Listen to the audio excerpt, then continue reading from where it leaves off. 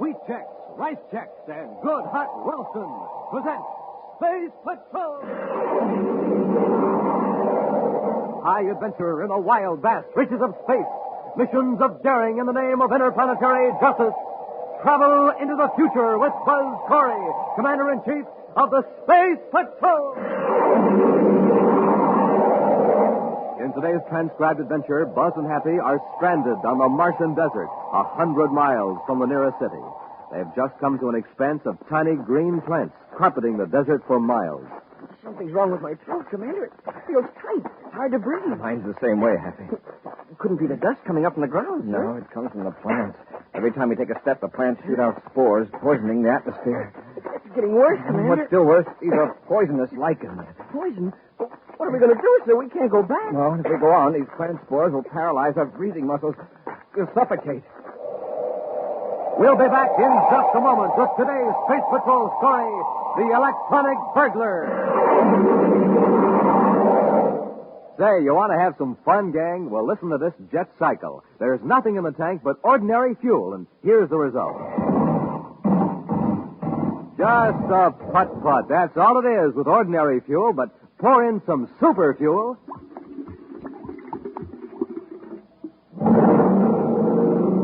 Wow, that jet cycle is supercharged now. Yes, sir, gang. When it comes to supercharging, you need super fuel. And the same thing is true of you, especially in the morning when you haven't had a bite to eat for hours. So to really get up ahead of steam, to really get set for a lightning takeoff, you have to get supercharged.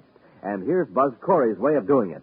He eats a good breakfast with Rice Checks or Wheat Checks, the super cereals that help to supercharge you. Bite-sized Checks.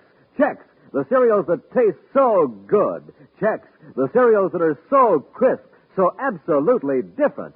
So take a tip from Buzz Corey. Eat a good breakfast with a super cereal and get supercharged. The super cereals, Rice Checks, Wheat Checks. Even on the man-made planet Terra itself, few citizens are aware of the existence of the Marist Design and Development Company. Yet from Mercury to Pluto, there's hardly a man, woman, or child whose life isn't made more secure and pleasant because of the engineering know-how in the creation of electronic devices by the Marist Company. And so when Howard Marist reported that his Terra offices had been burglarized, Commander Corey assumed personal charge of the investigation. Right now, Buzz and Happy are standing before the damaged door of the Marist Company vault, questioning the perplexed and worried executive, Howard Marist. I can't understand why the alarm system didn't work. I set it myself last night, just as I always do. How do you set it? There's a lock switch in my private office. Once that switch is set, nobody can force an entrance to the building without setting off the alarm. Well, what if somebody had the key to the outside doors? If they used it before regular opening time, even a key would set off the alarm. The only sign of force, inside or out, is at the vault door. Mr. Marist, are you positive you set the alarm switch last night? Absolutely. And the alarm did work, you know. Yes, but several hours too late. By the time our men got here, the metal on the endurium door had cooled where the atomo torch had melted it. It's the most baffling thing I've ever run into, Commander. Mm-hmm. One fact is pretty clear, Mr. Marist. Yes, what's that? Whoever did this job was extremely familiar with your operations. Are you suggesting it was an inside job? It almost had to be. Just look at what was taken. Yes, the anoscope plans. The most valuable thing in the vault. Excuse me, sir, but what is this anoscope? It's a device for detecting mineral deposits hundreds of feet underground. It's 10 times more efficient than any other instrument or method we have. Those plans in the hands of someone who knows their value are worth at least 1 million space credits. Wow. Oh, excuse me. Yes, Maris here. Oh, very well. Commander, I'm wanted in my office. Would you excuse me, please? Surely, Mr. Marist. Go ahead. Thank you.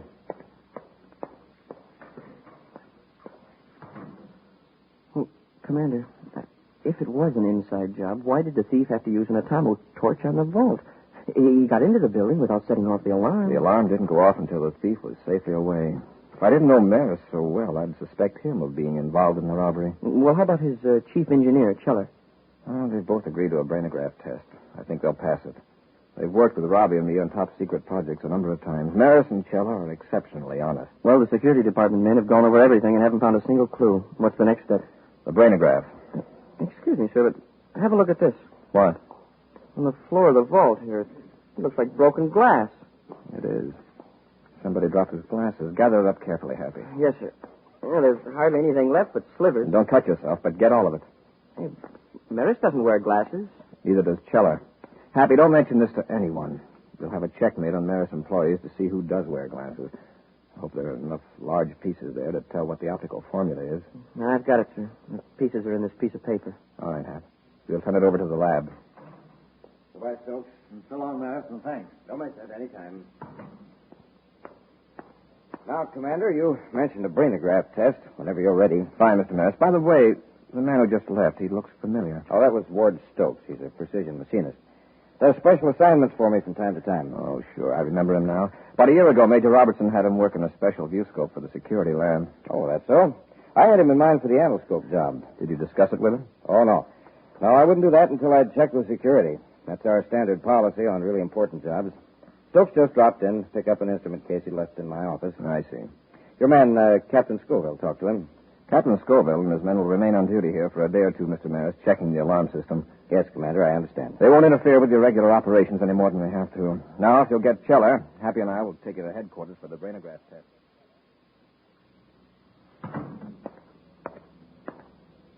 Oh, Stokes, you got the case all right. Yes, walked right into Maris' office. One of Corey's men gave me the once-over, but didn't even stop me.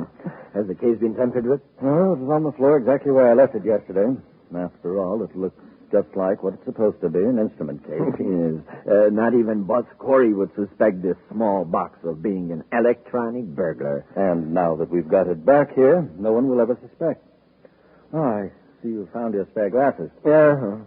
You know, I've worn glasses for 30 years, and I never broke a pair till last night. And you never cracked a safe till last night either. Oh, did you? Well, if I did, I wouldn't have been so awkward when I removed the protective goggles. No. Well, it was a small price to pay for what we've got. Yes. That reminds me, you better put that robot burglar away and help me copy the anoscope design. Where do you want me to put the burglar? In the staging room for now. All right.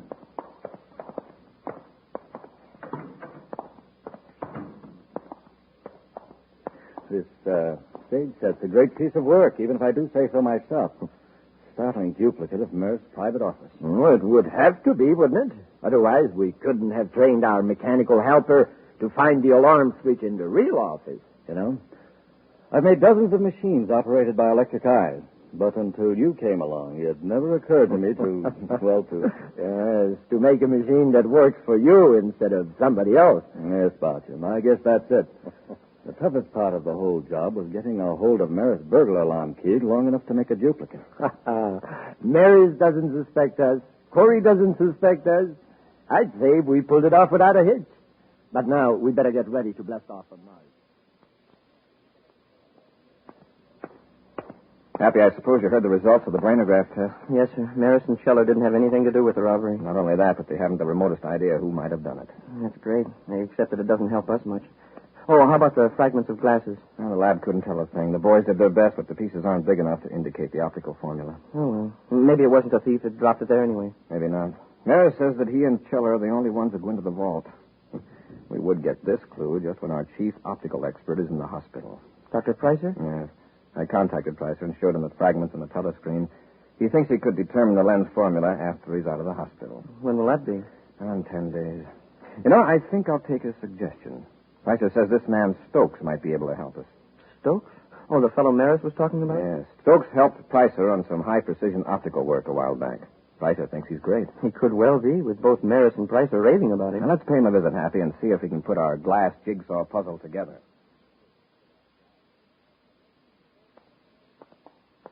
Mr. Stokes, I imagine you're a pretty busy man, but at the moment, you're the only one who can help us. I'm rather rushed, Commander, but if it's for the Space Patrol, I'll be glad to if I can. I have some fragments of what apparently was once a pair of glasses. Can you determine the optical formula from these small pieces? It would be rather difficult.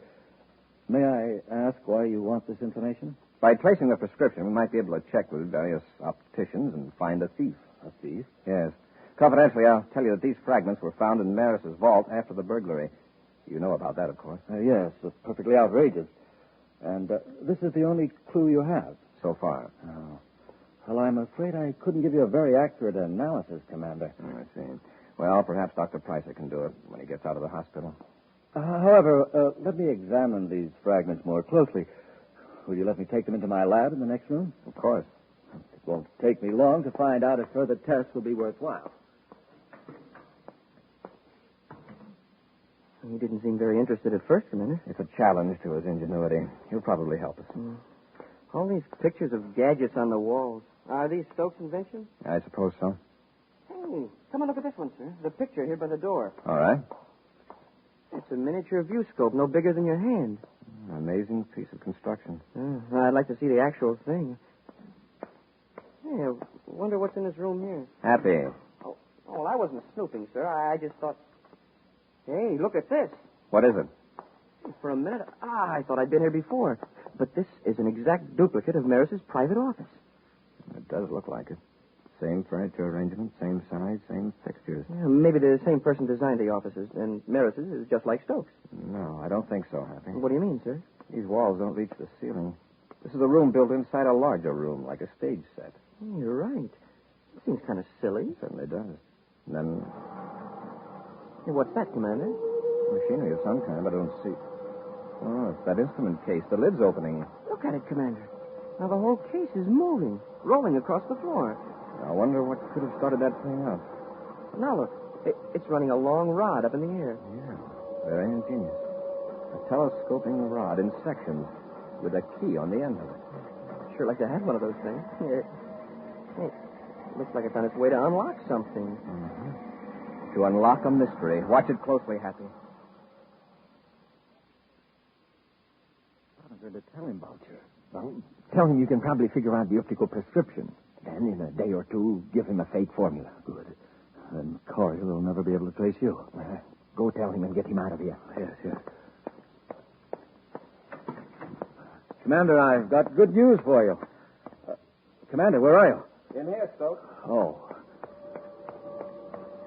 Happy and I are watching this fantastic gadget of yours. How does that thing get started? Here, I'll shut it off. No, wait. Let's see what it does. It's just a silly toy. I'll turn it off. Later, Stokes. But Commander. Hey, it acts like it's looking for something. Now it's heading right for that little doogie on the wall there. The lock switch. It's feeling for the keyhole. A very clever machine, Stokes. So that's how the alarm system was shut off. What do you mean? You can't deny this room is an exact replica of Maris's office. Suppose it is. Lots of offices are alike. I see. Then, of course, you won't mind taking a brainograph test. That'll be enough snooping, Corey. Get your hands up. You two cadets. Get their weapons, Stokes. Yes, Barger. Keep behind them in case I have to use this ray gun. So you're Stokes' partner in the burglary. Voucher, huh? Hold them, Stokes. Confounded men, you should have locked the door. How did I know they'd be coming here? And that robot. How did it get started? The timing mechanism. I forgot to shut it off. So just 12 hours after the robbery, it started up again. Yeah.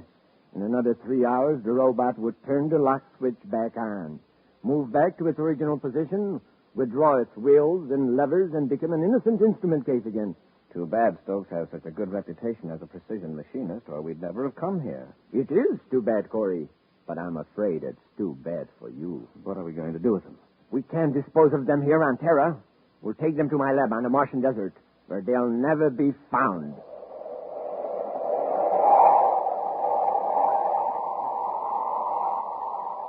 We'll be back with Space Patrol in just a moment. Say, gang, listen to this boy going to the breakfast table. He doesn't care if he ever gets there, does he? He doesn't like his breakfast cereal, that's why. No zip, no lift, no flavor. Now, here's a girl. Listen to how she goes to breakfast. She doesn't even bother about going. Same trouble. A cereal dull as can be. No taste, no tang, no nothing. Now, here's another youngster going to breakfast.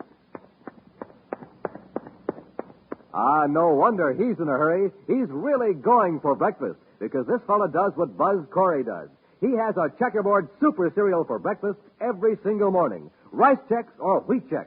The cereals with that modern bite-sized design for easy eating. And boy, it's not just the size that makes Chex easy to eat. It's that flavor. Man, oh man, Chex have a flavor that keeps that spoon of yours going up and down, up and down, up and down until the cereal bowl's empty. So get the cereals that have you sprinting to the table for them. the super cereals that help to supercharge you. Rice Chex, Wheat Chex. Boss and Happy have been captured by two criminals who stole designs for a valuable new mineral detection device from the Maris Design and Development Company vault. The thieves, Stoke and Boucher, have locked a space patrolman in a compartment on a spaceship and are heading for a hideout on the Martian desert. Certainly aren't taking any chances, sir. My wrists are tied so tight, my fingers are numb. If we can work loose before the ship lands, we might be able to fight our way out of this mess, Happy. Keep at it. Yes, sir. Now, they cut the rockets. Still have increased gravity pull. Yes, sir. If they're carrying out their original plans, it means we're landing on Mars. We've got to work fast before they can land.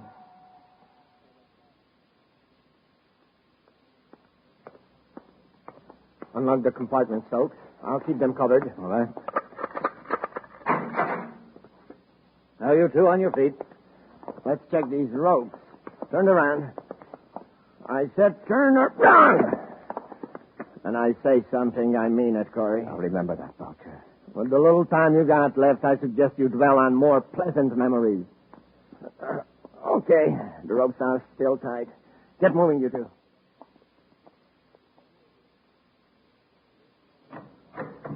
This is our little Martian hideout. Sure is a filthy little hideout. Well, maybe we'll let you clean it up before we do away with you. Let's get some heat on. I'm freezing. Stokes, you're going right back to the ship and blast off for Lowell City. You still think I should make contact with Bart? Yes. I'll stay here and guard Corey and the cadets until everything is set. Leave the designs here. I'll put them in the cupboard. All right.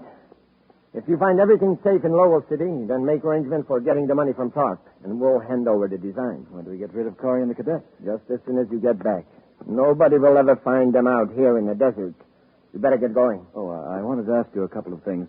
Come out to the ship with me. Well, all right. I don't imagine you'll want to leave, Corey. But we'll lock the door just in case.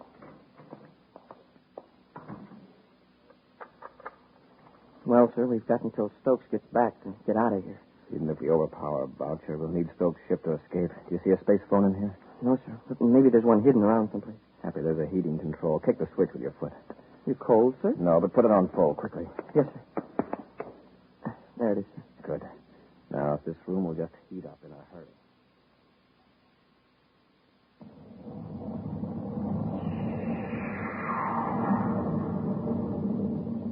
Well, there goes Stokes. Now, when Boucher comes into this heated room, I have a hunch he'll have some trouble with his glasses. Huh? Coming in from the cold air, they'll fog up just like the windows. Hey, yeah, then we can rush him. The best we can hope to do is knock him down with a headlong dive until we can get our hands free. Here he comes. Get ready. Yes, sir. All right, gentlemen. Now we'll just relax. Oh, you got the heat on. I told you space patrolmen were hardy souls accustomed to cold. Confound it. My glasses are... Okay, Happy? Hey, get off of me. He dropped his gun, Commander. Kick it out of the way. That's it. Can you handle Boucher with your hands tied, sir? I won't have to. They're loose, Happy. All right, Boucher. Let go of me. And stop struggling. On your feet. I'll take the gun, Happy. Boucher, untie the cadet. Wait till I get my breath. You knocked all the wind out of me. It's all right, sir. The ropes are working loose. Good. Boucher, is there a spacephone in this building? No, there was a portable set on the ship, but I forgot to bring it in. We'll just have to wait till Stokes returns. You'll get a nice surprise when he walks in that door. Should we tie Boucher up, sir? That might be a good idea. We won't have to watch him so closely. Boucher, get away from that cupboard. I'll get him, Commander. They're not there. They're gone. What are you talking about? The anoscope design. Stoke never put them in a cupboard. I saw him walk over there. He double-crossed me. The dirty rat. What good would they do you if they were there? Don't you see? Stoke isn't coming back, and we're stuck here. He's right, Happy. This puts all of us in a tough spot. Boucher, how far did you say it was to the nearest city? 100 miles. 100 miles of desert. And we don't have any way to call for help. We'll die out here. We only got food for 2 days. Maybe. But we're not going to stay here. Let's take what food and water we can and start across the desert. On foot? We could never make it. We're going to try it. Now, where's the food locker? Come on, Boucher. You're lagging behind. Don't make me walk anymore, please. You got yourself into this mess. We're going to keep moving. All right. I'll try to make it. That's it. Now stop blubbering and save your breath. Hey, The green plants are all around us. They're lichens, Happy. In the Martian summer, they turn rough-colored. Stop. Wait. Now what? I feel sick. Something's wrong with my throat. Well, I don't feel so good myself, but we've got to keep moving. Hold on a minute.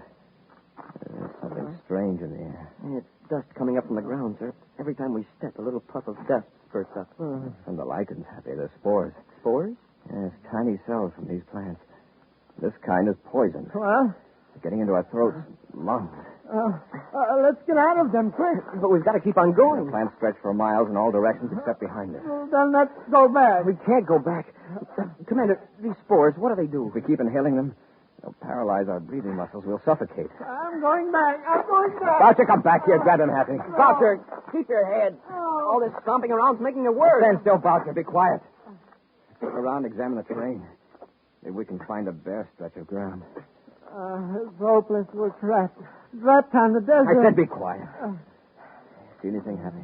No, sir. Except that low hill there. Seems to be a tower of some kind. Yes, a power relay tower. There's one every 20 miles. Maybe there's a spacephone at the tower. If we can get there, we could call for help. That's worth a try. Come on, let's go.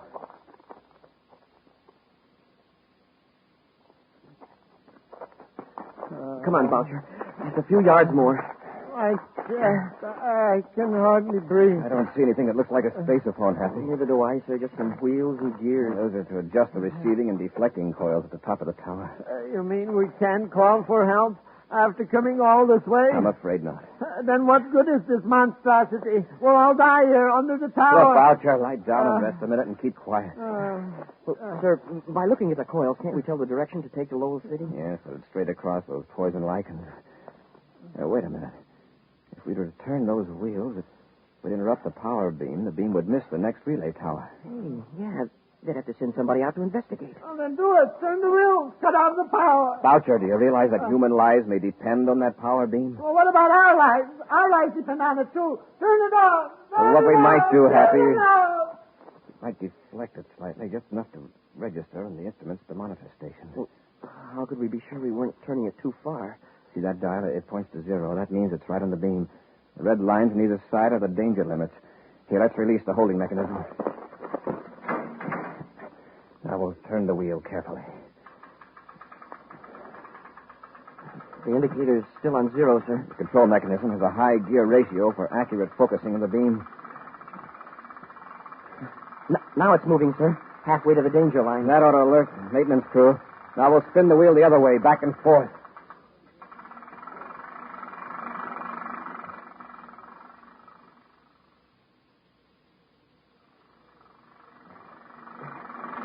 Want me to take over again, sir? You must be tired. All right, Happy. Thanks. You've been doing that for half an hour and nothing happened. Turn the beam off. Clear off. That's the only way to make them pay attention. It'll be dark in a little while. Nobody will be able to see us. Commander, look.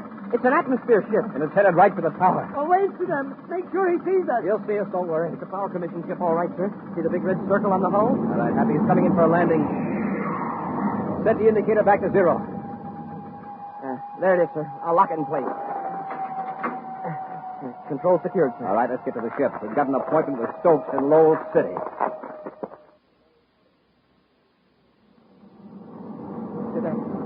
I told you and the commander how you can pick up Stokes and the man who's going to buy the design.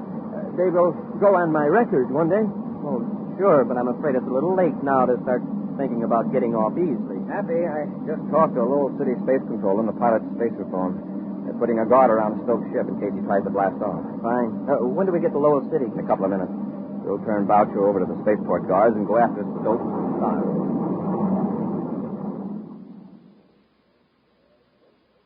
Well, Stokes, the design seemed to be complete. That all there, Mr. Tharp? Now I'd like my money. Of course. I'm glad you and Boucher changed your minds and made a straightforward business deal. The original plan was just a precaution in case we were being followed. But everything worked out so well. All right, Stokes. I'll take those plans. Boy. Get Tharp, Happy. I'll handle Stokes. Yes, sir. Where do you think you're going? All right, Stokes. Had enough? Oh, yes, Corey. Let up. I've got Tharp, Commander. Keep them covered. I'll get the anoscope design. Yes, sir. All right, Stokes. Move over next to your partner. Just tell me one thing. How did you get out of the desert? Well, Commander, why don't we let Boucher explain that to him? It'll give them something to talk about for the next several years they're going to be spending together. We'll be back with an action preview of next week's exciting Space Patrol story in just a moment. Say, you want to hear something funny? Well, listen to this.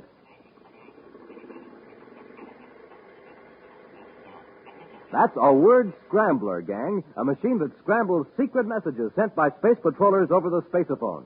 Now, do you want to know what the message said? Well, here, I'll have it unscrambled for you.